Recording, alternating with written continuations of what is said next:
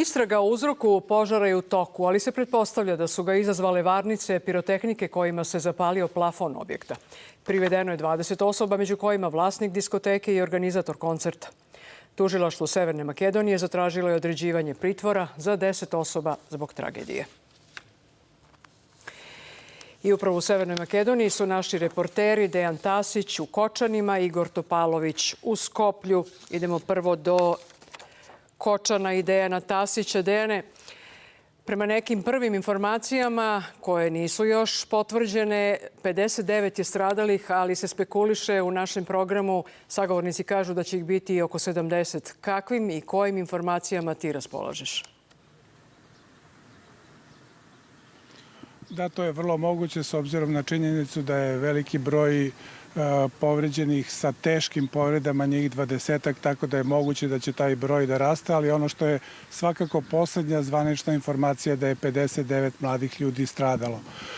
Jutro je ovde mirno, policija obezbeđuje mesto događaja, mada su nam prvi put omogućili da priđemo sa gornje strane gde se jasno vidi diskoteka koja je prethodne noći gorela. Evo, to je objekat u kome je taj koncert održan i kao što vidite, veći deo krova je urušen, vrata su izgorela, unutra su tragovi svega onoga što se dešavalo.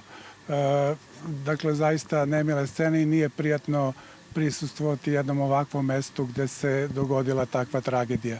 Nekako danas u prvi plan su isplivale izjave makedonskih zvaničnika. Ministar policije je rekao da ova diskoteka nije imala validnu licencu za rad, odnosno da je ona falsifikovana, dok je javni tužilac saopštio da u ovom objektu, što se tiče protivpožarne zaštite, ništa praktično nije funkcionisalo.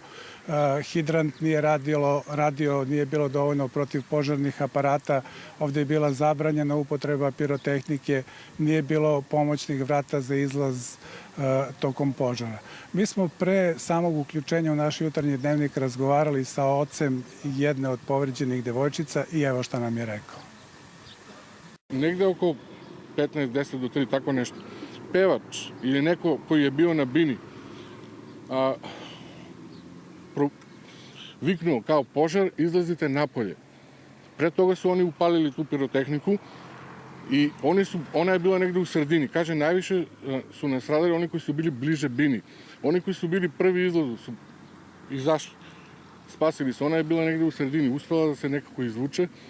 Psihički nije dobro, ali žalostno je ovo što se desilo unutra. Sad mi saznajemo da je ona 15 godina radila u substandardnim uslovima, da nema ovo, da nema ono. A ljudi su zgrčali pare. Ko je kriv?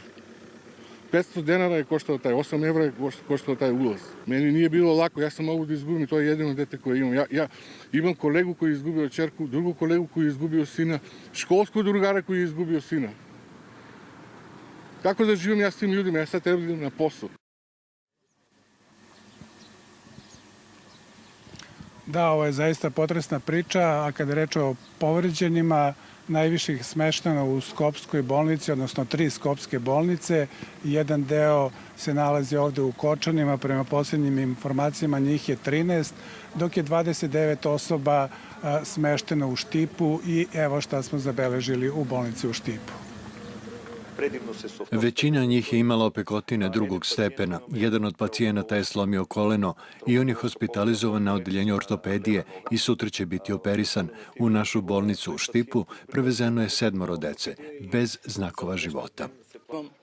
Imam nećaka povređenog u požaru. Ima puno ljudi, definitivno, mnogo je povređenih. Veoma teška situacija. Kako se osjećam? Ne možemo da nađemo svoju decu i druge ljude. Gde su oni? Ovo ne vodi nikuda. Moja sestra Iskra je prvo primljena na ginekološkom odeljenju, pošto su sva odeljenja postala dostupna za veliki broj povređenih. Čak su i privatni lekari pozvani da pomognu. Zahvalan sam svim lekarima, zaista su pomogli.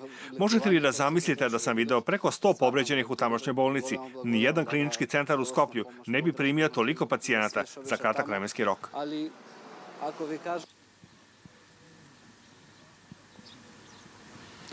Tužilaštvo dakle nastavlja istragu, biće saslušano još osoba, a kako je sinoć saopšteno, zatraženo je da za 10 osoba bude produžen pritvor.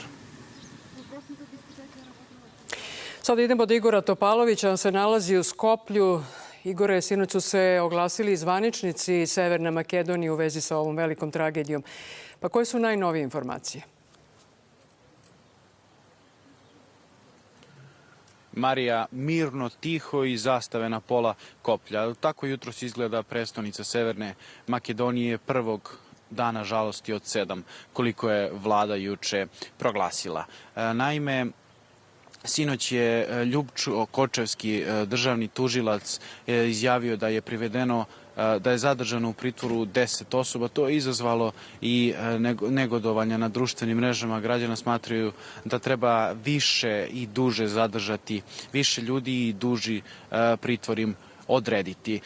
Juče na informativnom razgovoru u policiji bio i bivši ministar, a državna sekretarka iz njegovog ministarstva je privedena jer se optužuje da je ona izdala lažnu, odnosno falsifikovala dozvolu za rad diskoteci Puls. Sve je to rekao sinoć na konferenciji za medije premijer Severne Makedonije, pa da poslušamo šta je još rekao.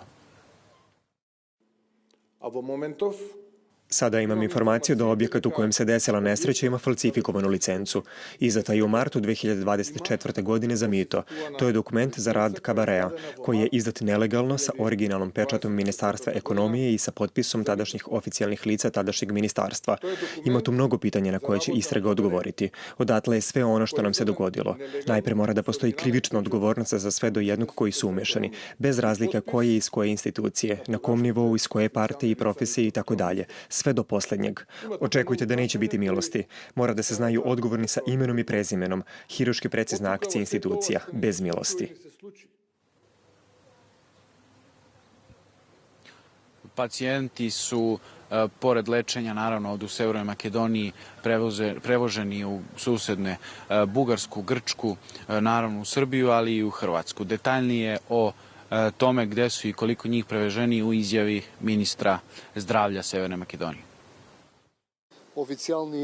Zvanično, svi pacijenti su hospitalizovani, u stabilnom su i relativno dobrom zdravstvenom stanju. Ovde u urgentnom kliničkom centru imamo 25 pacijenata, u gradskom hiruškom centru je 24. Isto toliko hospitalizovano je u bolnici 8. septembar, u Štipskoj je 31, u Kočanima je 13. Ukupno je 117 pacijenata hospitalizovano, a van zemlje smo poslali 13 pacijenata. Neki od njih biće u Grčkoj, drugi u Bugarskoj, u Turskoj i u Srbiji. Drugi će ovdje imati medicinsku pomoć. Nadam se da neće biti daljih komplikacija za one koji su preživeli tragediju. Informacije koje imamo da je juče u toku dana 5 saniteta došlo iz Srbije, pa čak i vojni avion koji su u Srbiju prevezli pacijente. Ostali su u Skoplju, odnosno ovdje u Severnoj Makedoniji je ostalo 2 lekara i 1 tehničar sa VMA. Očekujemo danas u toku dana nova obraćanja zvaničnika koja ćemo pratiti ovde u prestonici Severne Makedonije. Marija. Hvala našim reporterima koji su se javili iz Severne Makedonije koje je zadesila velika tragedija, Dejanu Tasiću iz Kočana i Igoru Topaloviću iz Skoplja.